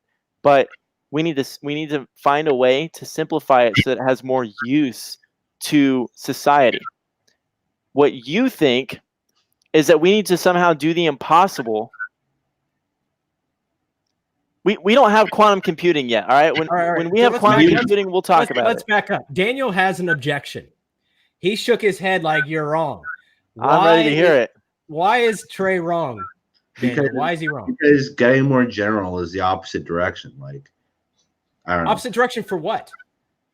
for understanding, like to get into the theory. Like understanding what? Like it's okay. So Daniel, oh, wait. No, let me finish this line of questioning. Understanding what? It's subjective to say, like Trey's example of could I learn this in a day? But that's not the point of learning in a day, right? The point is it doesn't matter like how quick you download it as long as you download it, right? Like that's biased and subjective to say like people need to have a basic version. You're running on about and just answer the question. What are you trying to understand? I don't remember. Okay, you said that you need to get more specific in order to understand. Understand what? I mean, the theory, the self, other. Why do you need to understand the theory? I mean, that's the point, right? He's trying to ground it. He wants to know what exactly you have in mind. I mean, the whole point, like my thing is to understand the theory, right? I mean, that's what? Why do you, Daniel Spees, in 2019 want to understand the theory? So I can put actual legit markers on reality, like for what? You say markers on reality. Are you talking about how you interact with people, or are you talking about how you understand yourself? So like for interactions, like that's what Socionics does. So why, given the model that you know it as you know it with the current amount you know about it now, how is it not serving you? It's serving me. But what is missing? I don't know. I feel like it can be more qualitative. Why? Because if I can't, okay, I see what you're doing. It's wrapping around to simplicity. You win. Okay. And he caves in. There we go. I just saved you 5 extra questions. The line of questioning is important. Yeah, it's extremely important because if you have this line of questioning, it truly yields that why Socionics is such a beautiful system, because ultimately what you are going to wind up is that I don't understand it as it is enough now versus I have to make it more complicated. I need to drill down. The reality is that it doesn't work for you as well as you'd like because you don't have a full understanding of it right now. If you want to understand how you interact with people, what do you need to study? Intertype relations, right? And if you don't understand intertype relations, what do you need to study? Right. Better, you need to study how information is metabolized, right? So that you can dive deeper into each of these topics, and it's going to give you most of the answers you need. If you get too specific, you'll find the lack of congruency because now you're considering people's entire life experience. How do you handle someone who was beat 16 times as a kid versus 17 times? How do you handle someone who was beat 19 times versus 12 times? In other words, you can label this video, Daniel thinks Socionics isn't detailed enough. Change my mind. What? No, come on. That's not even the point of the video. The point of the video is, what is this concept of truth, right? That everybody says they're trying to, all these pan-union people throwing all this shit in the middle of a pot and saying like, oh, there is one universal truth. The point of the video is, okay, maybe there is, but how are you using criteria to evaluate what is more true than another? This guy, Mike Hart, what he just said, everything is better broken down, not watered down, which is, I think, the point we're trying to make. Well, yeah, he's talking about how you would explain something, right? You want to break it into components and give it in bite-sized pieces. Right. So if you're taking somebody who wants to learn Socionics, I would not just start off with benefit rings. That would be a terrible idea. Right? Yeah. Let's talk about rings of supervision today. Welcome to Socionics. It just wouldn't work, right? Yeah. All right, I got something better to do. Yeah, like most people are sitting here thinking, like, what's in it for me? Right? Yeah, what's exactly. in it for me? And here we are. That's what we have to understand is like when it comes to perpetuating systems, whether it's MBTI or anything, MBTI offers something be as that simple as Socionics possible. didn't, which is simplicity, right? And so MBTI goes back into this whole concept of, okay, it's simple, so it can be widespread, but it's missing some key components. Now, like I said earlier, Socionics captures almost every single aspect of MBTI, and MBTI offers very little that differentiates it other than its simplicity. So that's it. MBTI perpetuated more of the West. And we need people like Jack, myself, and a few others who are willing to step up and push this forward in a way that's simple enough for people to digest without breaking the integrity of the model. Right. No, I agree. And that's what we need. That's what we need, right? So we don't want to overcomplicate this, because what you'll find if you ask and drill down, like I did 5 minutes ago, right? Enough questions, you will find that the answer most people will have is because they do not understand it well enough, not because it needs to have a brand new model overlaid over it like Model G. It's just you understand Model A and you're like, oh, that explains that, instead of going, it doesn't work. Well, check your understanding, right? Right. So you'll find that it's pretty consistent across the board, because the whole point is that intertype relation dynamic. Mm-hmm. So it goes back to that whole point, right? What is it we're trying to attain? What is the truth of this? And how do people distinguish that? And the question, I want everybody to walk away, whoever watched this video at any point whatsoever, if you're on this video right now, the question you need to ask when you encounter these sinners, these terrible heretics, oh that are no, known as pan-Jungians, okay? These terrible people. You need to ask them, how are they evaluating what is true and what is not? Okay? Because once you ask that question, it opens up an entire can of worms, which they will tie themselves into knots. Because at the end of the day, truth for them is going to be subjective the minute they have tried to apply any type of personal opinion. I think that one philosophy can actually change the whole world. Well, yeah, that's Trey and I sit around random hours of the night talking about how, like, if everybody could just ask people, how are you defining that word, or what do you mean by this when you say that, right? Like, if people just stop to say, goodness, like, hey, there's obviously going to be it's inevitable. There's going to be a communication gap somewhere. I'm gonna have to Daniel, I'll tell you what happens right now. People don't have that assumption. Yeah, people automatically just assume. I see it all the time. People are talking about completely different things, but they think they're talking about something specific, and they think the other person knows what they're talking about, and they carry on a whole conversation with the other person, not even talking about the same things. I've seen it 1,000 times. It's not tedious to define everything, because it's ebb and flow within conversation. You're not defining everything because there's a lot of overlay and context, right? You know what I mean? Like, it's not like you're defining 100%. You're only defining what people would really equate to value. Did you read that comment he said? That made me laugh, bro. Yeah, that's my solution. I think the solution is we need to stop talking to other people altogether.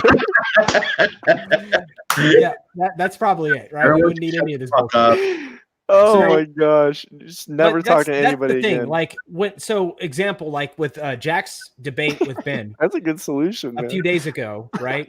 And Ben said this is designed for, so hold on. This is designed for social progress, right? Right. Jack nailed that down, and then he said, how do you define progress? Right, exactly. Right? And that's the thing. It's like, how do you define it? Like, it's subjective. So yeah, right. You can't. These truth seekers, they're going to tie themselves into knots. It's futile. It's completely futile to go down this road of saying, look, hey, I'm diving into this deep sense of truth. No. Right. And that's another issue too, is even like with debating and trying to bridge a gap with ideologies, is people actually, what you're supposed to do in a debate is, before you start, you say, hey, this is the position that I'm going to try and make, and the argument I'm trying to make. What's your position, argument you're trying to make, right? And like, the idea within every conversation on earth, every debate, the goal is never to reach consensus, right? And that's pretty much why I dropped off the radar with debating with people, because I realized nobody wants to reach consensus. Everybody just wants it their way, right? Right. Yeah, I hate debating too, man. I'm not all about like. I'm just talking but there's micro debating within like communication, right? Like, with your girlfriend or with your mom or with your dad or with your friend. There are micro debates within defining and what you value and what people want, right? But nobody's really trying to reach consensus within the same thing, right? Mom wants you to do this, but you want to do that. There's never a bridging of the gap that way, right? People just want to like one directionally like make something happen, right? And I think that's the part of the issue is that, and if you tie that back to what we're talking about, right? There's nobody trying to reach a consensus with what they're understanding or how they're perceiving theory or how they're perceiving these things. They're just saying, this is what I'm rolling with. And if there's going to be a difference in opinion, then like, you know what, like who cares, right? I'm still going to roll with it. People aren't really attempting to try and bridge like their understanding. They're not trying to reach consensus with theory and people who understand theory, let alone themselves. And like, then that's why you have this mosh pit of difference. So here's the thing. I disagree with this. I think debate is a very important thing. And I do too. I think it needs to happen. But well, no, I don't have a problem with debate. Yeah. I just don't want to do it myself. Yeah. So I don't think there's any need to shy away from it. Things need to test and be scrutinized. Yeah, I guess so. Yeah. Yeah, they need to be. If you put forward a claim, I'm not saying things don't need to be visceral. I'm saying, like I guess I like conversation because we're working together. We don't know where we're headed. You know what I mean? Like we might end up in a place where we've come out with something conclusive, something really good, something profound. But like I guess debate is just like debate can cause that. I just feel like a lot of times it doesn't when I engage in it. You know what I mean? Well, I don't know what it is. Like I think chaos and consensus can coalesce. Okay, well, I mean that's a little. I feel like it's almost like because I don't know. All I'm saying is that okay, so you have this. The reason why I like to participate in debates or conversations is because it's not even about convincing the other people, the other person that you're debating with, or other people if you're really good at debate, but it's really about pushing forward scrutiny. Things need to withstand scrutiny. If you're making a claim, you're stuck with the burden of proof and you need to prove it. So I am challenging any pan-Jungian to come on here and convince me to change my mind about this absolute truth. Because in saying that all this crap is boiling down to some universal truth, which they have some type of spiritual capability to capture all of it. So that being said, I do see there's another aspect of debate, right? Which is to make sure that people aren't misled. It's to make sure that people understand. Like it's to make sure that the people that are witnessing such debate actually understand fundamental principles or giving them perspective on things, right? And the challenge of the debate itself, pushing against something to withstand scrutiny, to see how far you can take an idea before it breaks. And these are all very valuable things offered in debate. Like, look, we just did it now with my concept of, you know, dividing up theory, right? And it came full circle. And, you know, I didn't make it emotional. Like I wasn't emotional about it, but I was willing to explore and put my ideology out there about it, right? Exactly. And it helps. At the end of the day, you can walk away winning or losing in a debate, but at least you have a new perspective, right? You start to get into something, and it may change your mind, it may not, but at this end of the day, you understand, at least you attempt to understand the other person, because in order to diffuse the other person's side, you have to understand where they're coming from. Yeah. I think it's insanity entering a conversation and leaving unchanged. I think that's the definition of insanity in this context. Yeah, I think the idea is that with time we are able to convey messages but still push against scrutiny, and I think that's the thing that I advocate for so much. It's like I am willing to challenge and push against it because I am not easily convinced of the mass paranoia or delusions of the crowds, right? And I don't want to be convinced by such things, and so I am not interested in that aspect. I am more interested in serving something what I would determine as what makes sense. Here we are talking about debate. Well, I mean, it always goes back because I've had this debate with all these pan-Jungians over a period of time, and their word must be absolute. Segue. It's just they segue into this is what I have determined your pan-Jungian type to be. But what they don't realize is they've created their own system, which can be paralleled with other systems. It's no grander than any other system. It's silly. It's just a pan-Jungian system. Yeah, it's somehow better just because it's been fragmented in a different way. Yeah, it's somehow better. It's only better if they can give like a practical application that the other one misses. Does that make sense? It's just mind-boggling. And then they present their opinion as if it's the golden truth, right? I have now proclaimed you. Now hold on a second. How do we know the truth is gold? Yeah, we don't. Yeah. We don't. So Daniel, you're a puddle. I'm a puddle. Yeah. But going back down. Tell me something I don't know. I'm going to ask you a question. I really want your opinion on this. Okay. IMO, let's go.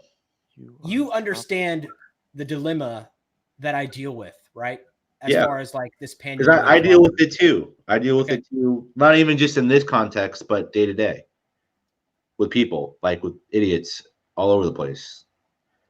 we all deal with idiots. Yeah, so that's the bigger some people point. just don't know they deal with idiots, and some people do, like me and you. I am not going to call anybody an idiot.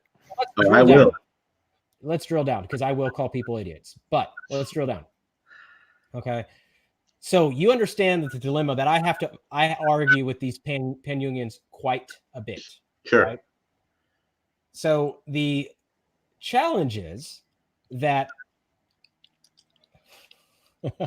fucking Taylor, what a dipshit. The challenge is what do you say? That when you oh fuck, he fucked my whole bag, dude. I'm sorry. Wait. Oh, I thought you were telling the story. Go ahead and tell the story, and then we'll go back to this. Yeah. So anyway, what I'm saying is that what do you think is the solution to push forward such a model, whether it's Socionics or any model, and to try to get people to understand that taxonomies actually are different? The underlying theme I've been thinking about this whole conversation is that there's no organized authority. There's nobody stepping up to the plate from any of these institutions of theory, and and drawing the line where Russia ends and another country begins. You know what I mean?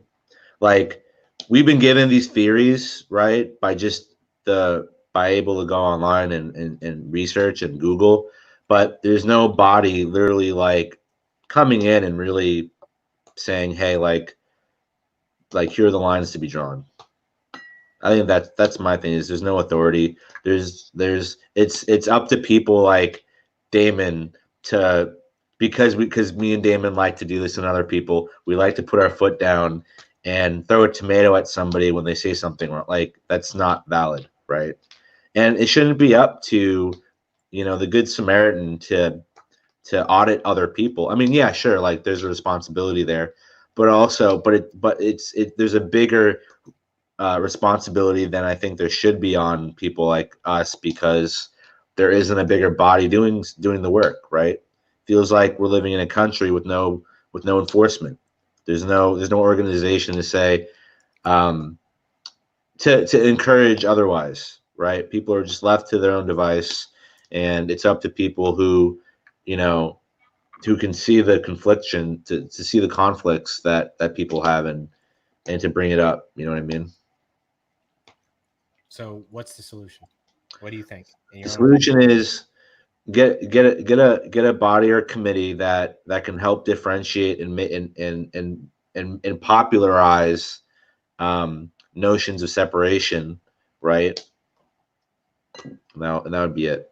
Because right now there's really no, like, in a sense, yes, there are people that if you go to them, they're going to say one way or the other. But then you have situations like Jack and Ben, right, that disagree within a theory, right? So there's a lot up for speculation, and there's a lot. It's just picking and choosing something that you think is more valid, right, in terms of theory A or G or whatever. So I guess my point is, there's the psychological culture of this community is, you know, believe what you want, however you understand X theory, right, is your own, but there's no consensus of, but you understand theories in your own way. Just don't muddle it, right? When you're talking to other people, don't allow there to be overlay, right? Because that's when the diluting starts to happen, right? Like, we're not going to talk about basketball in soccer terms, right? Even though they both have similar equipment and similar like rules, maybe, right? But the idea is, like, even though there are rules within two different theories that overlay, you have to be cognizant by the fact that they're two different sports, right? If you Exactly. So you can't use Quadra. right? Like, and it's common sense and it's very beautiful segue, Trey. Thank you. I thought it was, man. I was like, very well timed. That was fucking excellent. Well, that's that intuitive partnership. Well, it wasn't just a segue though. Like I was taking what he was actually saying and I was making it concrete and apply to something. Brought it back. I brought it back. You slam dunked that tennis ball. Good job. And you know what it is too? Like, theory, like Socionics and MBTI explain itself, but it doesn't give you parameters in how to operate within it, right? Like sports does, right? Like basketball, you dribble the ball, you get in the hoop, but it also tells you if you don't dribble the ball, there's a penalty. Theory doesn't do that. Theory doesn't support guidelines. We have to. No, so we have to make it obvious. I think I know the answer is we just confer to C.S. Joseph and he tells us everything we need to know about type. Oh, the type grid. So that means right there, he's trying to end the video. That's what it means, right? The type grid is 100% accurate. I don't know what the fuck the point of even this video is. Why are we even talking about different systems? C.S. Joseph has this shit all figured out. Clearly. Yeah, I mean, I don't know what the That's a joke, by the way. Yeah, so for new people. Because he's got the 512. I didn't. No, I just imagined somebody being like, "Really? Well, I'd like to understand." Objective personality. C.S. Joseph is a different system. Okay, define abstract though, Kaya. Like, what's abstract? Like, that's what I'm talking about. All right, let's open this up for questions, and we're gonna wrap it up. So, questions. Yeah. Question. I have a question about INFJs. Do INFJs think the most abstract? Okay, Daniel, go. Define abstract. Oh, come on, man. We can have a whole conversation with this. It says, is INFJ unrealistic? Define unrealistic. Right, wait, where? Okay, wait. Let's take a step back. We need to make sure I'm gonna speak on the sense of Socionics, right? See the clarity here, the little clarity, right? We're gonna talk about Socionics. I saw what you did there. Yeah, we're gonna talk about Socionics, right? We're not talking about the INFJ because that would be INFP in Socionics. We're talking about NIFE, which is gonna be IEI in Socionics, right? We're setting terms right now. So I'm setting clarity here. So the second part of the question is most abstract and unrealistic. Okay, so abstract, that's up to discussion. What is abstract? What is, like Daniel said, what do you mean by abstract? We don't know, but is the intuitive? Well, that's what somebody else said. Yeah. I mean, I don't know if that's what the original question was. Well, yeah, that's my point, is somebody thinks it's one thing, right? So I don't know context. However, is INFJ unrealistic? So if we mean unrealistic in the sense of that they have ideas, but they are unable to execute on ideas because those ideas may be so grand that the steps to getting there feel very difficult or nearly impossible, then yes, the INFJ would be very unrealistic. But if we mean unrealistic in the sense that they go off into fairy tale land and have no sense of reality, then probably it just depends on the individual. Or it could be whether or not they exist at all, which I think they do in fact exist. Because I'm here. So there, that's the thing. We need to there is a level of realism to me, is there not? Yeah, I think that INFJs, in the sense of IEI, right, are very, very, very grounded in the sense of not how they get things done, but how they actually interpret reality in their own grand meaning. So that's what it's a tough question to answer. Yeah. So Courtney says, I get lost in a field of abstraction. So maybe she's less grounded. I think Trey's response best answers this. It's okay, Jane. I know what you grid left. Oh no. I know what you. I grab my hand. I know this place. I've witnessed this crazy place that Trey enters. Truth Seeker says abstract could mean an idea or thought that does not need to have an immediate implication. Then yes, IEIs would be very abstract. I avoid the discussion of who is better at X, right? What type is better at X? I avoid that discussion, not because I don't have answers, but because the question is a problem. It's phrased incorrectly. Well, there's a lot of factors that go into that, right? There's a lot of factors. Who is better at X? Like somebody asked earlier, who's better at debate? ENTPs or whatever. I don't know. What kind of debate? Like, well, it's not even what kind of debate. It's how fast can a person think? What type of information do they metabolize? What are their core values? Are they able to actually understand what other people are meaning? What experience can actually aid in the debate? Define what's an efficient debater, you know? Like Trey, let's see. Trey said I didn't say anything significant. If you let go, things will fall into place. I was just talking about her space of ambiguity. It sounded scary. I hate ambiguity. Taylor says, can we establish that all IEs are at least a little bit bisexual? Yes, we can set that precedent. That should be written in Socionics doctrine. Okay, so that's universal. A little bit. There's a little bit of bisexuality in all IEs. They tend to like Pulse. Not sure. I like Pulse. Pulse has been keeping me going for 21 years now. If I didn't have Pulse, I don't know where I'd be. I'm an advocate of Pulse.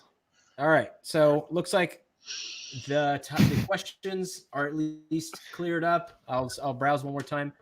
Do INFJs love chess? That's a no. For me. I think that's You know who hates chess? Censors. You know who the what, Daniel? Like what? You know the most stupid type? Censors.